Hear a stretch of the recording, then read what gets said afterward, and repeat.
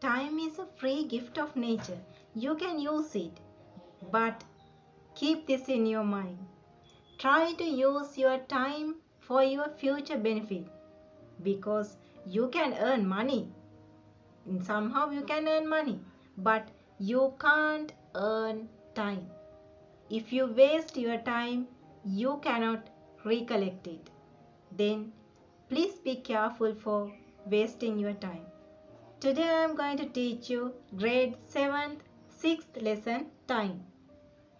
In this lesson you will be able to identify what are the units of measuring time and their relationships, then how to calculate decades and millenniums and centuries, all these things.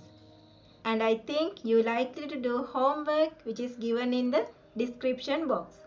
Check the description box, there's a link. You can click it and do your homework. Now I will explain the lesson. What are the units of measuring time? These are the units of measuring time. Seconds, minutes, hours, days, weeks, months, years, decades, centuries and millennium. Then is this the smallest unit for measuring time? No. There are two other more units, nanoseconds and milliseconds. Then do you know the relationships between these units? How many seconds in a minute? Do you know the answer? 60 seconds. How many minutes in an hour? It's 60 minutes. How many hours per day?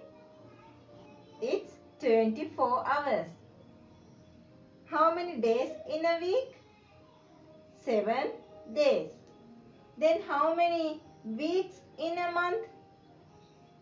It's sometimes it may be 4, sometimes it may be 5.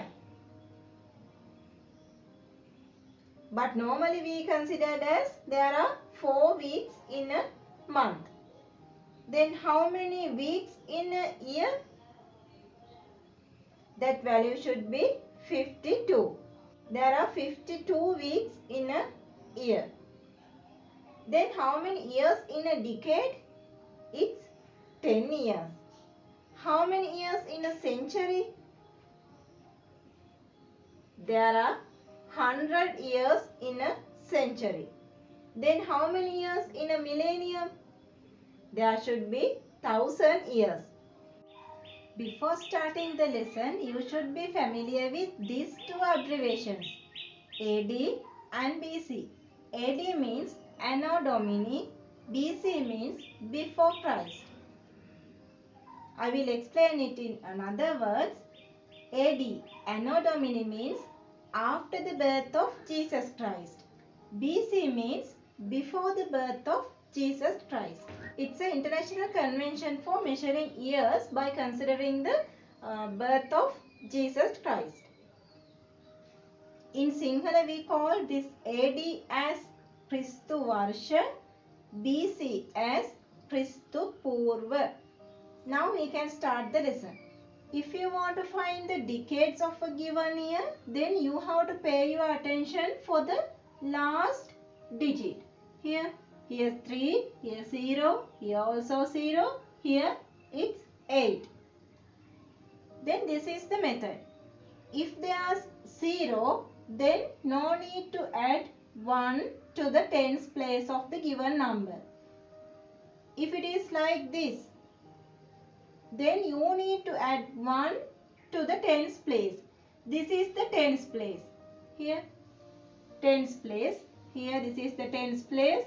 Here this one.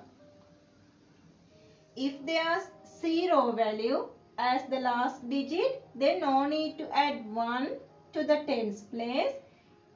If there's any other number, then you need to add 1 to the tens place. Then here I draw a line like this. Then I add 1 to the tens place. Then this is the decade. 198th decade.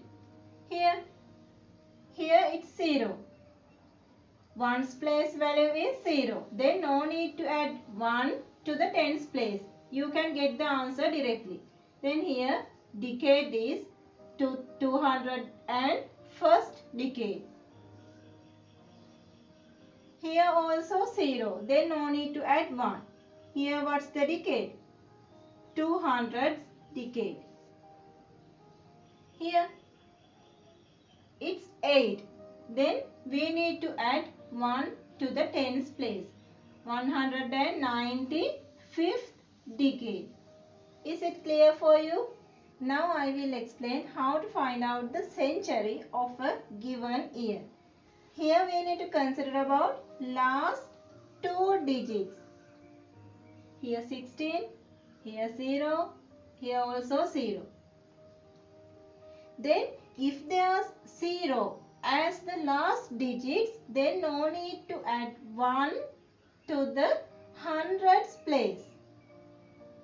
If there is any other values as the last 2 digits, then you have to add 1 for the hundreds place.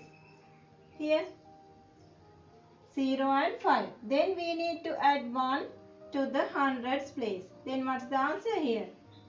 16th century. Here 16. Then we need to add 1 to the hundreds place. 21st century. Here there are 2 zeros as the last 2 digits. Then no need to add 1 to the hundreds place. Then you can get the answer directly. 14th century. Here also same. No need to add 1 to the tens place. Then here what is the century? 21st century. Is it okay? Okay, now we will see how to find the millennium. How many years included in the millennium? 1000 years. Then this is the method. No need to do any calculation. By observing the year, you can identify what is the millennium. Here this is the method. From AD 1 to 1000. This is first millennium. From 1001 to 2000. Second millennium. From 2001 to 3000. Third millennium. Then here 445. This year in between this range. It means first millennium. This one should be in first millennium. Then this one 1500 in between this range. It means second millennium. By observing the year, you can get the answer. Here this should be in third millennium. Then they all are in third millennium. Now I will explain what is a leap year and how you can identify whether the given year is a leap year or not. Then in a leap year there should be 366 days in a year. It means there should be 29 days in February month. Then how you can identify whether the given years are leap years or not? This is the method. First, you have to identify whether the given years are multiples of 100. If it is not a multiple of 100 and if it is divisible by 4, then it's a leap year. Can you remember how you can identify whether the given number is divisible by 4? There's a method. You need to check last 2 digits. If the last 2 digits are divisible by 4, then that whole number is divisible by 4.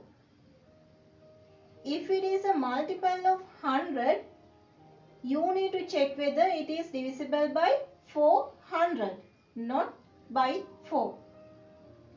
Here, this is a multiple of 100. Then here you need to check whether it is divisible by 400. Here, it's not a multiple of 100. Then here you have to check whether it is divisible by 4. Only 4. Then here it is divisible by 4. Then this is a leap year. Here it's a multiple of 100. Then here we need to check whether it is divisible by 400. You can divide it like this way. Then you can cut these two values. Then here it is divisible by 4. It is divisible by 400. Then it's also correct.